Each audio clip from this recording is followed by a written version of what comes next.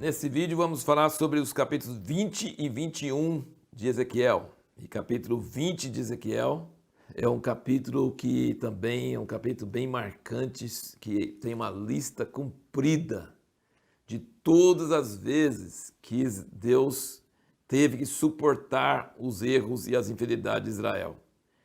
É impressionante. Nós perguntamos no último vídeo qual o papel principal do profeta. O papel principal do profeta é mostrar para as pessoas a gravidade dos seus pecados, mostrar para as pessoas o ponto de vista de Deus sobre as pessoas. Sabe por quê? Porque a gente consegue pecar horrivelmente e achar normal. E não, porque a gente não põe rótulo em nossos pecados, a gente põe rótulo no pecado dos outros. E os nossos é simplesmente o fluir, a ação da vida, a gente não chama de mentira, de adultério, de roubo, a gente não chama de traição, a gente não coloca esses nomes. A gente coloca esses nomes sobre o que os outros fazem. O que a gente faz, a gente não coloca.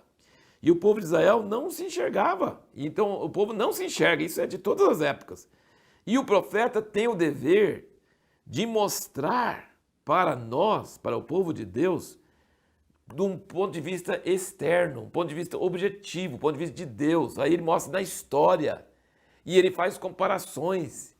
E ele mostra como que é terrível o nosso pecado.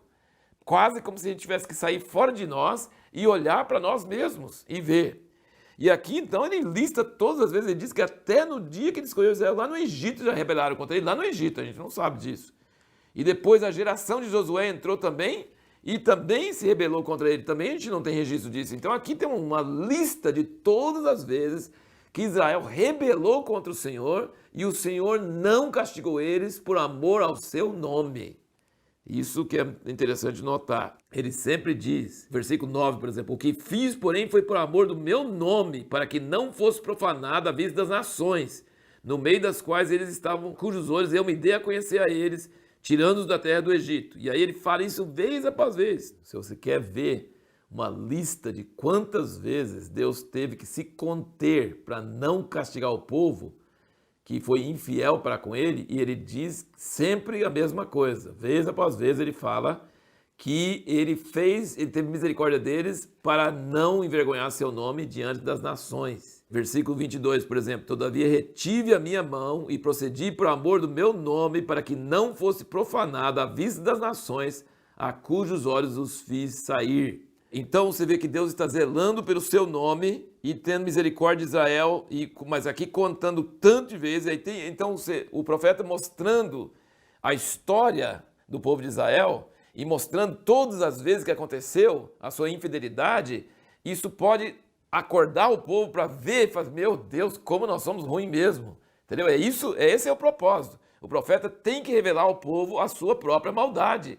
A gente não consegue enxergar a própria maldade, mas a palavra profética usa um olhar de Deus e um olhar da história, dos fatos, para poder mostrar para nós a nossa maldade, a gente ter uma revelação disso.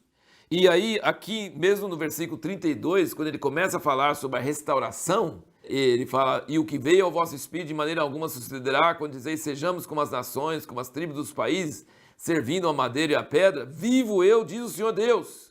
Ele jurando por ele mesmo, tá? Quando ele fala vivo eu, é jurando.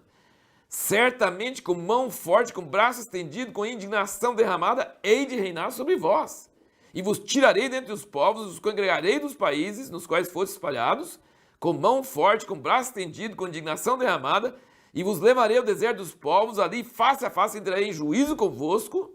E depois ele fala que vai separar os rebeldes e vai levar o povo de volta para a terra. Então, até a promessa de restauração, ele não fala em termos, eu vou ter misericórdia de vocês, eu vou ficar com dó de vocês. Não, ele fala, eu vou pegar vocês e vou reinar sobre vocês e vou separar os rebeldes dos justos e vou levar os justos de volta, os rebeldes não vão voltar, para provar para as nações que eu sou Deus. Então, assim, até a restauração de Israel já é uma restauração para honrar o nome de Deus, para santificar o nome de Deus, para provar a sua honra.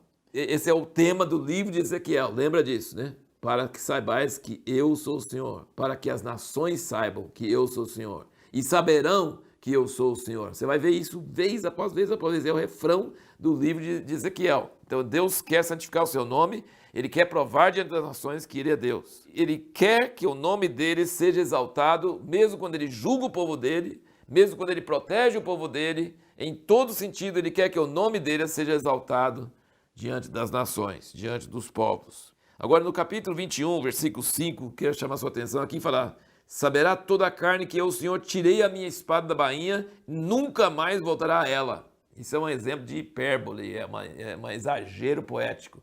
Então tem coisas, quando você vai interpretar a Bíblia, você tem que tomar muito cuidado, você não pode interpretar ao pé da letra.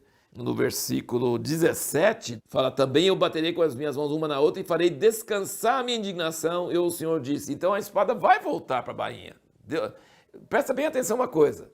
A Bíblia diz que Deus é tardio para irar-se. Ele demora mais para ficar irado do que qualquer um de nós. Ele tem mais paciência do que qualquer um de nós. Deus demora a irar, mas a paciência dele não é infinita, não. Muita coisa de Deus é infinita, a paciência não. A paciência chega a um limite. Ele é tardio para irar-se. Mas tem uma outra coisa maravilhosa. A ira dele também não é infinita. A ira dele acaba. A ira dele termina. E a misericórdia de Deus jamais acaba. Isso a Bíblia fala. Entendeu? Então, quando ele fala que a espada nunca mais voltará para a bainha, é um exagero poético, é uma figura de linguagem, mas não quer dizer que Deus vai ficar irado para sempre, destruindo para sempre e dar um acesso de ira e fúria. Não. A ira de Deus vai descansar, vai quietar, vai terminar. A ira de Deus não demora para sempre. A misericórdia dura para sempre. A ira não. Isso é uma coisa muito preciosa e maravilhosa. E veja que interessante esses versículos do capítulo 21. No versículo 6, eu vou só citar vários desses versículos. Suspira, pois, ó filho do homem, suspira à vista deles com o quebrantamento dos seus lombos, com amargura. Gente, deve ser um suspiro daqueles, quebrantamento de lombos com amargura. Suspira, filho do homem. Ele queria que Ezequiel fizesse algumas coisas assim bem dramáticas. Versículo 12, grita e uiva, o filho do homem, porque ela será contra o meu povo, a espada, contra todos os príncipes de Israel. E no versículo 14, tu, pois, ó filho do homem, profetiza e bate com as mãos uma na outra e dobre-se a espada até a terceira vez. Então, Deus manda suspirar, manda gritar, manda uivar e manda bater as mãos uma na outra. Então, Ezequiel tinha que ser um cara bem dramático. Ele tinha que fazer expressões fortes para que a palavra tivesse impacto. Não é só falar calmamente. E no versículo 25 a 27, é impressionante ver como ele fala exatamente o que vai acontecer com Zedequias mais uma vez. Versículo 25 do capítulo 21, ele diz: e tu, ó profano e ímpio príncipe de Israel, cujo dia é chegado no tempo da punição final, assim diz o Senhor Deus: remove o diadema, tira a coroa, esta não será a mesma, exalta o humilde e humilha o soberbo.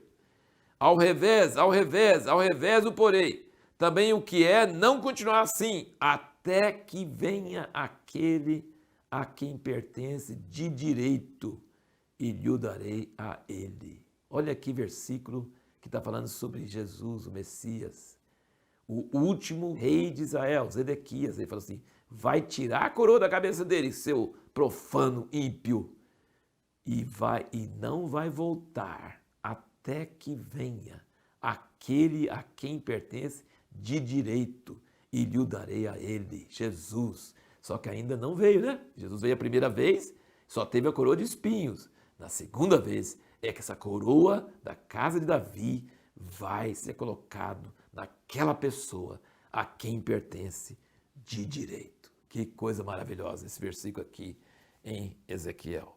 E a pergunta que nós vamos fazer para o próximo vídeo é: por que Ezequiel usa parábolas tão fortes sobre prostituição, adultério e infidelidade sexual?